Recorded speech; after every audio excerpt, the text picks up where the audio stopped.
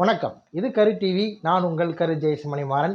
இன்னைக்கு ரொம்ப பரபரப்பாக என்ன போயிட்டு இருக்கு அப்படின்னா, ஜனநாயகன் திரைப்படத்தோட முழு படமும் சமூக வலைதளங்களில் ரிலீஸ் ஆயிடுச்சு அப்படின்னு பேசப்பட்டு இருக்கு. இதில் இருக்க உண்மை தன்மை என்ன? நம்ம நண்பர்கள் இந்த நிகழ்ச்சியை முழுவதுமாக பார்த்தீங்கன்னா அதற்கு காரணமானவர்கள் யாருங்கிறத தெல்ல தெளிவாக ஆதாரத்தோடு நம்ம நிரூபிக்க போகிறோம்.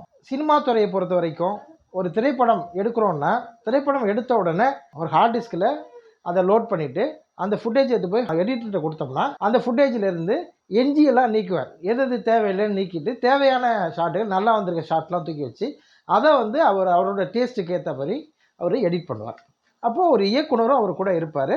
ஒரு சில இயக்குனர்கள் எடிட்டர் கையில் முழு பொறுப்பை கொடுத்துருவாங்க. அவங்க எடிட் பண்ணிவிட்டு இயக்குனரை கூப்பிடுவாங்க. இயக்குனர் கூப்பிட்டு அங்கே அவர் கரெக்ஷன் சொல்லுவார்.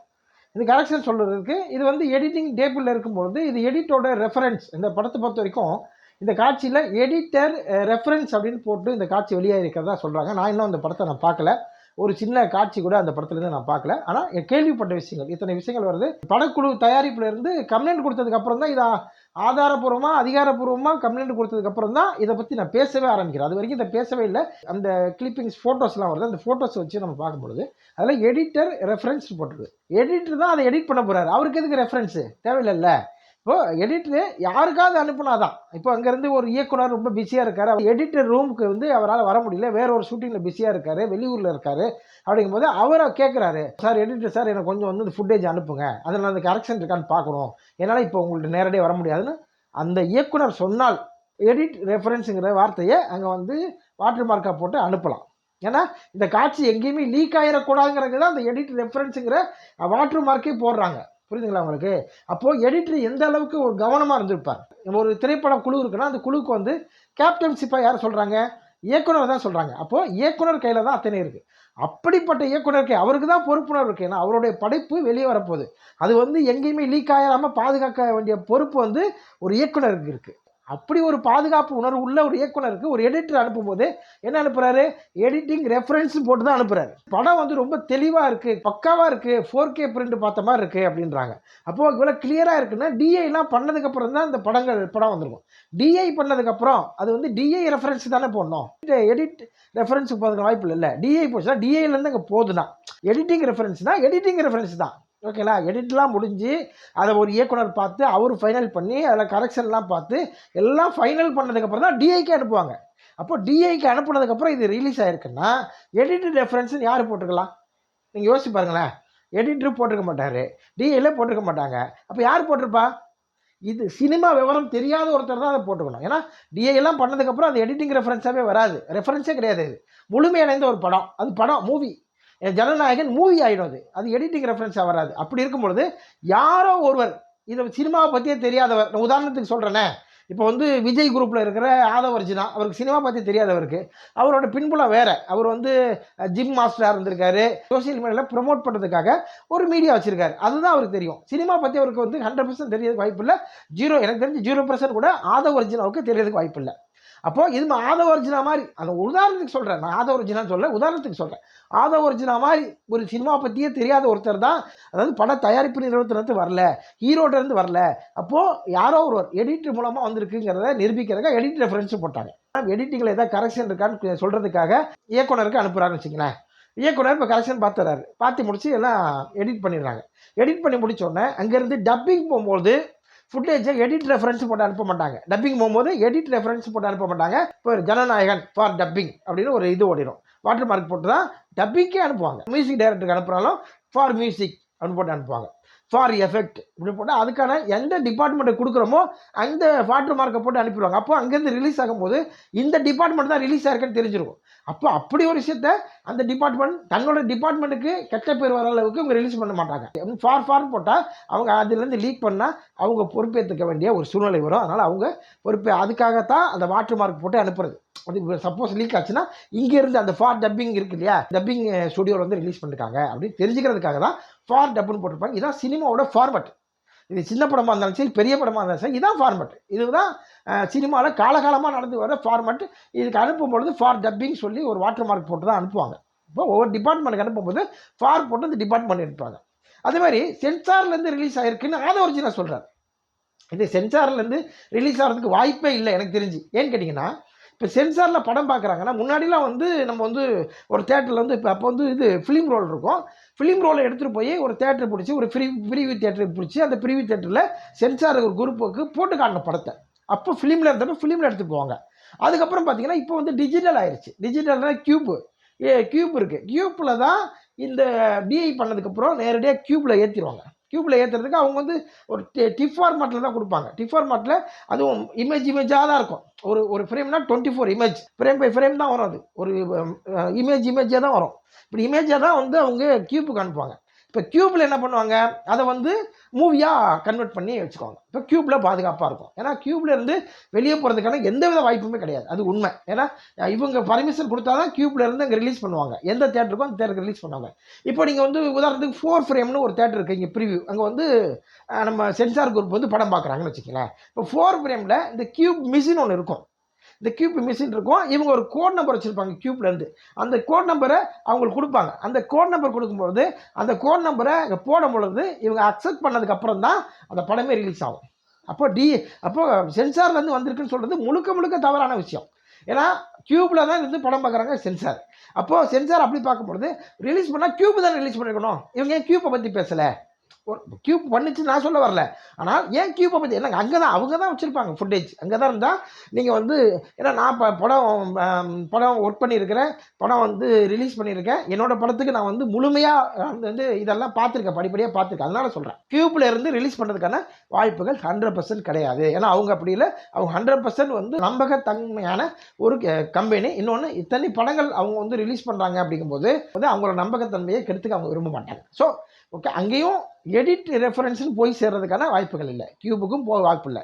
கியூப்லேருந்து இங்கே வந்து சேட்டலைட் மூலமாக அவங்க வந்து அந்த படத்தை வந்து ப்ரிவியூ பண்ணுறாங்கன்னா அப்போ இவங்களும் படத்தை பார்க்கலாம், அவ்வளோதான். இவங்க அதை டவுன்லோட் பண்ணுறதுக்கு வாய்ப்பு கிடையாது. சென்சார் தரப்புலேருந்து இது ரிலீஸ் பண்ணுறதுக்கான வாய்ப்புகள் கிடையாது.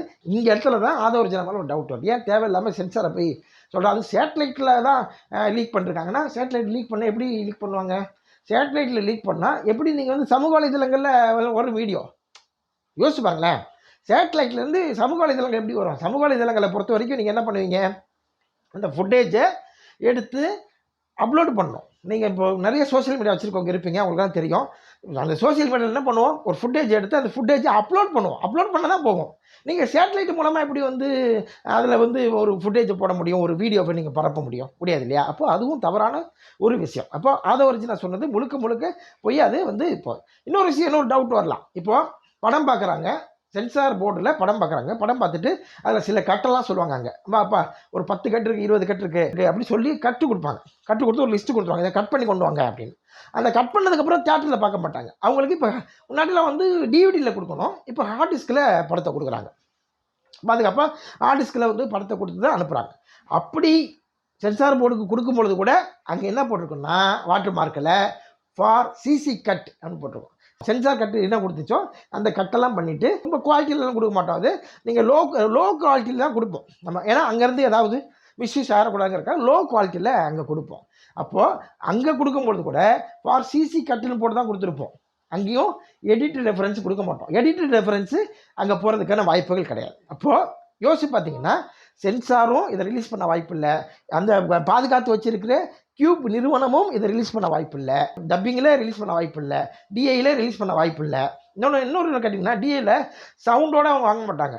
சவுண்ட் இல்லாமல் வெறும் வீடியோ மட்டும் தான் வாங்க டிஐ. ஏன்னா டிஐ பண்ணுறது வந்து சவுண்டு தேவை கிடையாது. அவங்களுக்கு படத்தை பார்த்து அதில் என்ன கலர் கரெக்ஷன் பண்ணுங்கிறது தான் டிஐயோட வேலை. அதனால் அவங்க வந்து சவுண்டோடு வாங்குறதுக்கு வாய்ப்பு இல்லை. சவுண்டோடு வருதுன்னா ஒன்று எடிட்டர் ஆஃபீஸிலேருந்து தான் வரணும், வேறு வாய்ப்பே இல்லை. ஏன்னா படம் டிஐ பண்ணியிருக்கு, டிஐ இருக்குது, சவுண்டு மிக்சிங்கெல்லாம் பண்ணி எடிட்டர் தான் கொண்டு போய் மிக்ஸ் பண்ணுவாங்க, படத்தை மிக்ஸ் பண்ணுவாங்க. இப்போ பண்ணும்பொழுது எடிட்டிங் டேபிளில் இருந்து தான் இந்த காட்சி ரிலீஸ் ஆகிருக்கணும். அப்போது இவங்க இப்போ எடிட்டரை பற்றி ஏதாவது டவுட் கேட்டிருக்காங்களா, எடிட்டரை கேட்டாங்களா, இல்லை எடிட்டர் மேலே ஏதாவது கம்ப்ளைண்ட் கொடுத்துருக்காங்கன்னு பார்த்தீங்கன்னா கொடுத்துருக்க மாட்டாங்க. ஏன்னா இங்கே அவங்க மேலே கம்ப்ளைண்ட் கொடுத்தா அவங்க என்ன நடந்ததுங்கிறத அவங்க சொல்லிக்கிறாங்க. இந்த ரெஃபரன்ஸ் காப்பி வந்து நான் வந்து இயக்குனருக்கு தான் கொடுத்தேன், இல்லை ஹீரோக்கு தான் கொடுத்தேன், இல்லை தயாரிப்பாளருக்கு தான் கொடுத்தேங்கிறத ஓப்பன் பண்ணிடுவாங்க. அதனால் அவங்கள சேஃபாக அவங்கள பற்றி இவங்க பேசவே இல்லை. யாரோ சேட்டலைட் மூலமாக இருக்காங்க. இது வந்து எல்முருகன் பண்ணியிருக்காரு, எல்முருகனும் உதயநிதி ஸ்டாலினும் பண்ணியிருக்காங்க. எவ்வளோ அநியாயமான விஷயம் பாருங்களேன். அவங்க 2 பேரும் நேருக்கு நேர் மாறானவங்க. அவங்க கொள்கை வேறு, இவர்கள் கொள்கை வேறு. அவர் கட்சி வேறு, இவர் கட்சி வேறு. இவங்க 2 பேரும் சேர்ந்து இந்த படத்தை முடக்க பார்க்குறாங்கன்னு ஆதவர்ஜுன் வழக்கம் போல பழி போடுவார்ல, அது மாதிரி ஒரு பழியை போட விரும்புகிறார். அப்போது இது வந்து முழுக்க முழுக்க படக்குழுவினரால் இது வந்து வெளியிடப்பட்டது தான். படக்குழுவினர் எப்படி வெளியிடுவாங்க விஜய்க்காகனா, விஜய் தான் அந்த படத்துக்கு தயாரிப்பாளர். இது உண்மை இல்லை. விஜய் பற்றி படம் தயாரிக்க யாருமே இல்லை. அதனால என்ன பண்ணுறாருன்னா, விஜய் தனக்குத்தானே தயாரிப்பாளராக போட முடியாது. போட்டால் சில பிரச்சனைகள் வரும். இன்கம் டேக்ஸ் பிரச்சனை ஏற்கனவே ஒரு மாட்டிகிட்டு இருக்காரு, திரும்ப மாட்டிக்கூடாதுன்னா தனக்கு கீழே ஒருத்தரை நிர்ணயிக்கிறார். அப்படி பினாமியாக இறக்கப்பட்டவர் தான் பிடி செல்வகுமார். இப்போ அவங்க பிரிட்டோ சேவியரா அவர் பேர், அவரும் வந்து இவரோட மாமா, அவரும் வந்து விஜயோட பினாமி தான். இவர் பினாமிலாம் வைக்கிறது இல்லை அப்படின்லாம் சொல்ல முடியாது. ஏன்னா தன்னோட டிரைவரை தன்னுடைய பிஸ்னஸ் பார்ட்னராக வச்சு அதை வந்து தேர்தல் ஆணையத்தில் ரெக்கார்டும் பண்ணியிருக்காரு. அதனால் அவர் பினாமி வைக்காதவரெலாம் கிடையாது, பினாமி வச்சிருக்காரு. அப்படி பினாமி பேரில் போட்டு படம் தயாரிக்கிறார் விஜய் அவர்கள்.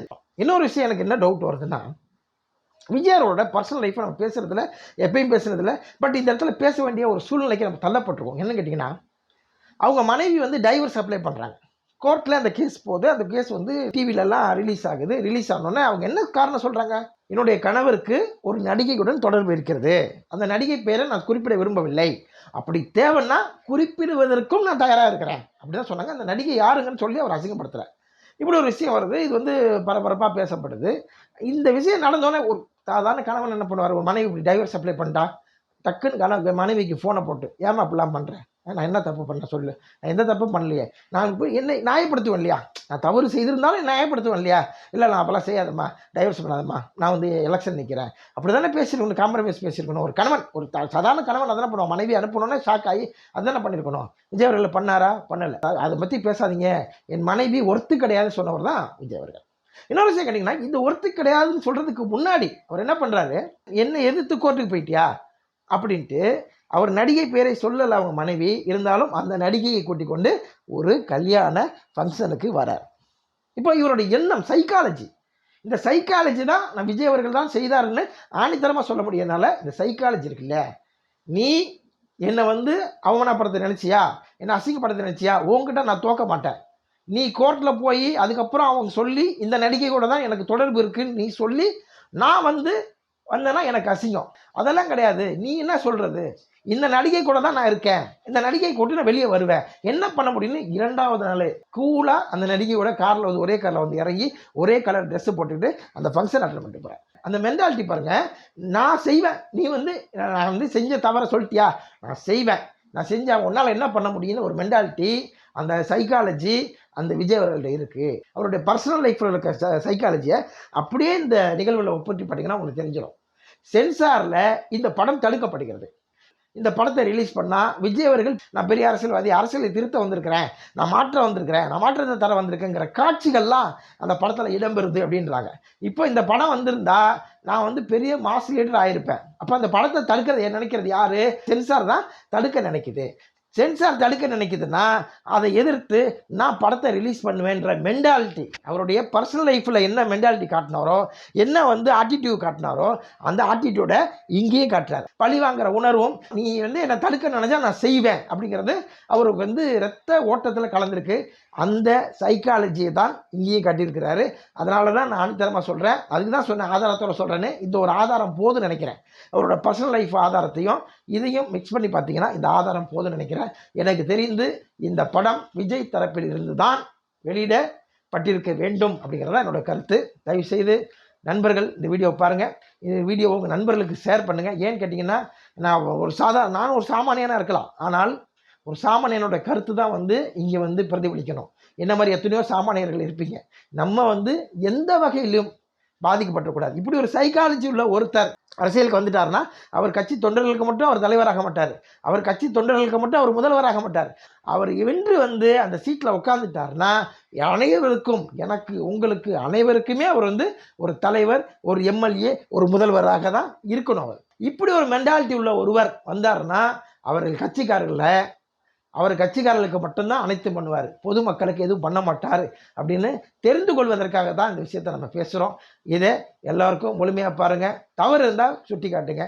நன்றி, வணக்கம்.